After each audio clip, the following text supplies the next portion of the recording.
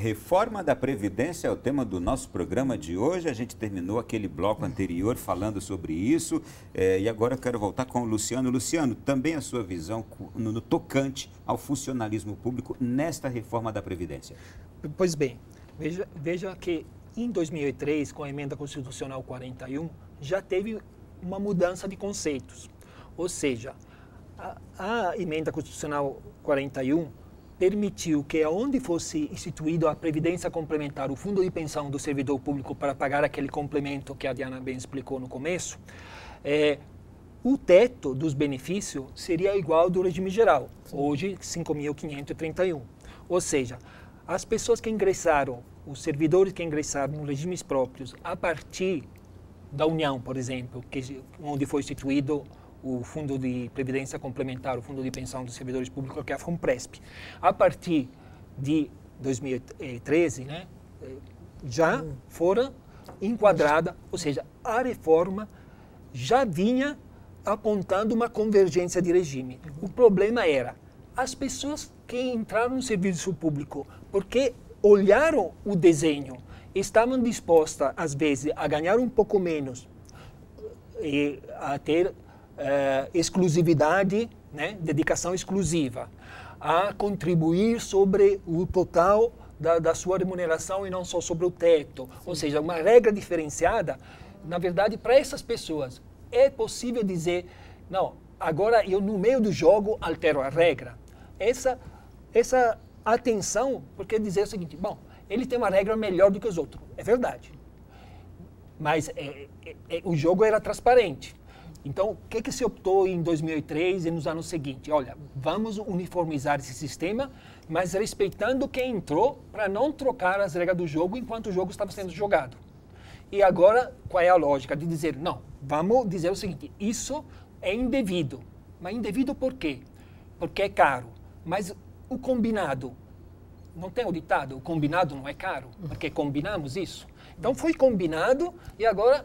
Todavia, isso não passa a valer, não é? A partir de agora, aqueles que já estão incluídos na regra antiga continuarão do jeito que estava? Depende da idade. Depende da idade e na questão... E aí que entra a questão da depende da idade na questão do acesso ao benefício, mas na questão do valor, para as pessoas que entraram depois de 2003...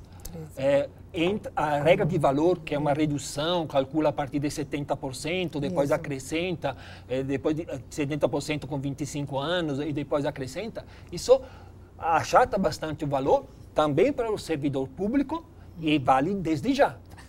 Podemos arrematar? Diana, você quer arrematar essa questão para a gente passar as perguntas? Eu acho que a preocupação do Luciano é que a Previdência é um pacto social entre o governo e os trabalhadores, né? Então, quando você começa a trabalhar, você tinha uma regra valendo. O que ele está dizendo é o seguinte, essa regra está sendo mudada no meio do jogo. Mas isso está acontecendo no mundo inteiro. Né? Então, por que a regra está sendo mudada? Porque essas contas se tornaram insustentáveis. Né? Então, a gente tem que considerar, e eu ouvi isso de um especialista, professor de Direito Internacional, que a Previdência não é um direito natural.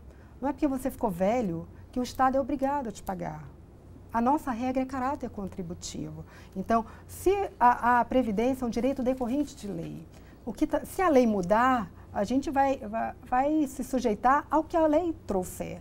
Agora, ninguém gosta de perder nesse jogo. É claro que não. Você vai mudar o seu padrão de vida, você vai mudar tudo que você planejou, então é um exercício que a gente vai ter que fazer. Agora, discutir o direito adquirido, segundo esse professor, o direito adquirido, ele só é adquirido quando você já cumpre os critérios. E o que está sendo mudado é que quem ainda não se enquadrou em todos os critérios, não se pode dizer que tem direito adquirido. Então, é isso que a sociedade está discutindo. Ao mesmo tempo que cada membro da sociedade está pensando em si, no seu direito, é exigido nesse momento também que se pense na nação como no coletivo. No coletivo, porque a nossa... Por mais que seja difícil, né? Porque a nossa previdência, ela é de caráter solidário. Você não tem uma previdência, uma poupança individual, por exemplo, como tem no Chile. né? Então, a gente não contribui para a Previdência e isso vai para uma poupança individualizada. Você contribui para uma massa de segurados. Então, essa massa está em desequilíbrio. E aí que entra a reforma. Vou pedir bastante objetividade dos senhores, porque tem muitas perguntas e a maioria delas de cunho pessoal. As perguntas de cunho pessoal ficam muito difíceis de serem respondidas, porque se entrará em muitos detalhes e assim a gente não terá tempo suficiente para isso. Então, vou me ater naquelas mais abrangentes. Por exemplo, se pergunta aqui muito a questão dos professores. Leonardo, por favor, o que está lá quanto aos professores? Então, em relação aos professores, está mantendo a diferença de 5 anos que já existe hoje, porém igualando homens e mulheres, ou seja, não vai ter mais diferença entre o professor e a professora. Mas ambos vão ter 5 anos de diferença entre os demais. Lembrando que isso vale só para professores do ensino básico, não vale para professor universitário, como a Diana. Básico no sentido infantil, fundamental e médio. Ensino médio. Muito bem. Olha, está se perguntando aqui, vigilantes, eles entram em que categoria? Como são classificados, Diana? Bom, o critério de elegibilidade, até onde eu sei, para vigilante, seria de um trabalhador normal. Eles estão dizendo que tem o mesmo risco dos policiais. Não, a aposentadoria de risco está acabando. Ela existia hoje, a PEC está acabando a aposentadoria de risco. É importante isso ser dito. Não existe mais aposentadoria de risco quando for aprovada a PEC. Então, o policial passa a ter uma regra especial, tal qual o professor. Sim. Não existe mais a figura. Não é o caso do vigilante. Né? Quando ele fala, ele está falando de policial militar, de Forças Armadas. Né? Se está tocando muito aqui, Luciano, por exemplo, se perguntando, e os políticos, não vai mexer em nada deles, na aposentadoria deles, Luciano? Na verdade, tem que entender quem são os políticos. Se são os parlamentares, são os caras de cargo eletivo. Na verdade, a partir dos próximos cargos eletivos, porque essa que é uma questão. O político é uma profissão ou não é uma profissão? Porque, para quem está hoje, tem uma regra que vai sofrer algumas alterações, mas, basicamente, também, uma parte é mantida a regra atual. E haverá uma mudança mais forte para os novos cargos eletivos na hora que entrarem em posse. Só que é uma questão séria que na verdade, esse regime especial só dos parlamentares, ele tende a acabar. Mas ainda tem uma série de pessoas que que entraram com esse regime e que ele vai mudar as regras, mas não extinguir o tratamento específico para essa categoria. Mas para os novos tende a acabar. Leonardo, você falou na semana passada que talvez seja uma das que mais muda, é isso? Sem dúvida. Para os novos, eles vão para o INSS igual qualquer trabalhador. Igual. Não vai ter nem os privilégios que servidor público tem. Para os novos, igual. INSS. Acabou, sistema especial. Para os atuais, eles vão ter uma regra de transição, que vai ser a regra de transição mais dura de todas. Eles já vão direto para os 65 e 62 anos, enquanto para os demais regimes, isso vai em 20 anos, vai aumentando aos pouquinhos. Por exemplo, no regime geral, começa com 53 anos para a mulher, 55 para o homem. Só daqui a 20 anos que vai estar em 62, 65. Para o parlamentar, vai ser de imediato. E, além disso, eles vão pagar um pedágio, assim como todo mundo, de 30%. Importante se dizer que tudo que está sendo dito aqui vai valer se passar pelo Congresso Nacional. Então, a gente ainda está o jogo sendo jogado, como eu disse lá no começo. Então, isso não quer dizer que haja alteração e a gente não tenha que voltar aqui para esclarecer o que ficou no final.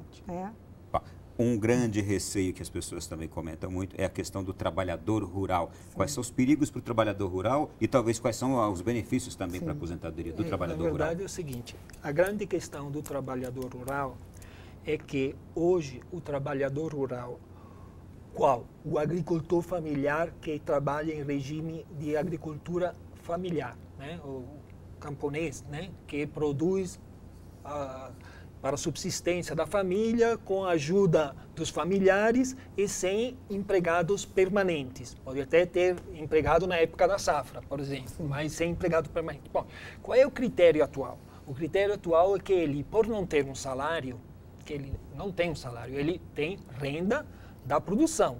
Se tem Produção, você planta arroz, é a hora da safra do arroz. Você planta milho, é na hora da safra do milho.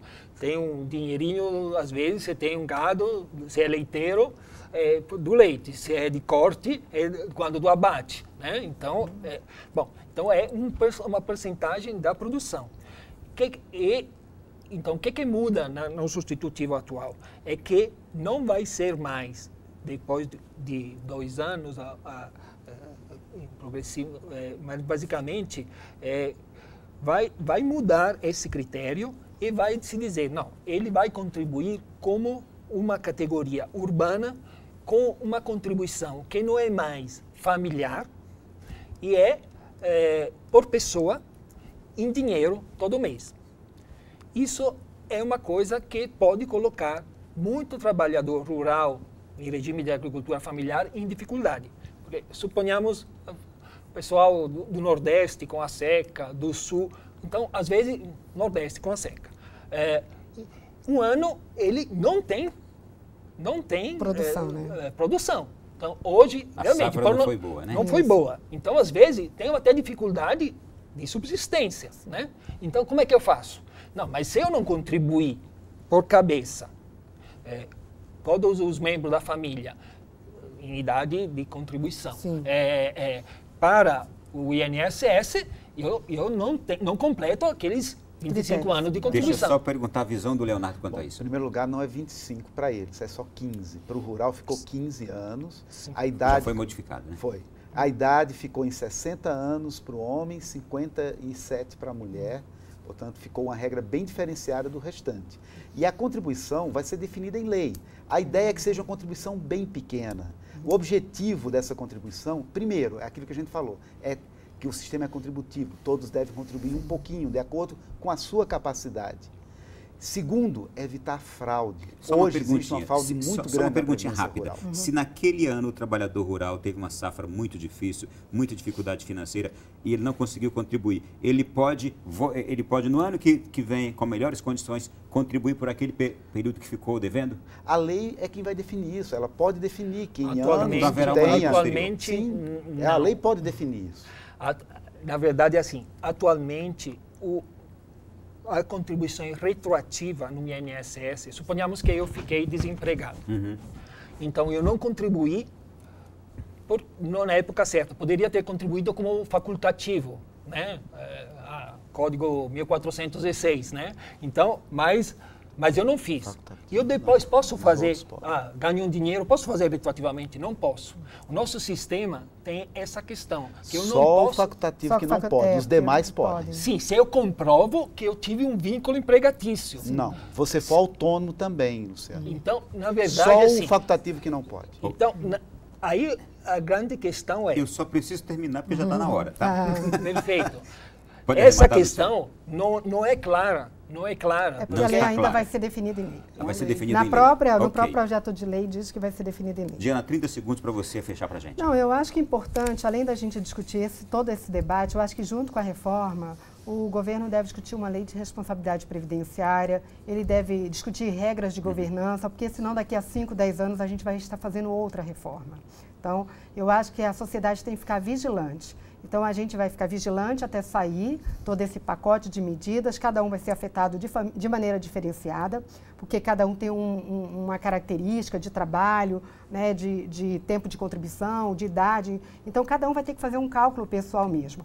Mas que é importante a gente cobrar que, junto com essa mudança, também venha a responsabilidade do gestor sobre esses recursos previdenciários, para a gente daqui a 5, 10 anos não estar fazendo uma nova reforma. Olha, eu sei que eu vi hoje aqui, só na nossa conversa, aspectos positivos, aspectos que preocupam também, vi coisas que precisam ser conversadas melhor, não é? Melhor trabalhadas, e é isso, essa reforma precisa ser bastante dialogada, é aquilo que estamos fazendo aqui também com a sociedade, não é? Obrigado, Luciano, foi um prazer tê-lo aqui. Obrigado também. Diana, obrigado também. Obrigada, comunidade da Canção Nova. Leonardo, prazer. Prazer foi meu, obrigado mais uma vez. Eu tenho certeza que nós vamos precisar voltar aqui, porque esse negócio vai se estender mais, tá bom? Boa noite a vocês. Boa noite, boa noite. A você de casa que nos acompanhou também, obrigado pelo privilégio, pela honra de estar aí ao seu lado. O nosso programa termina aqui, vem aí uma nova programação na Canção Nova, continue ligado. Fique com Deus e até o nosso próximo programa.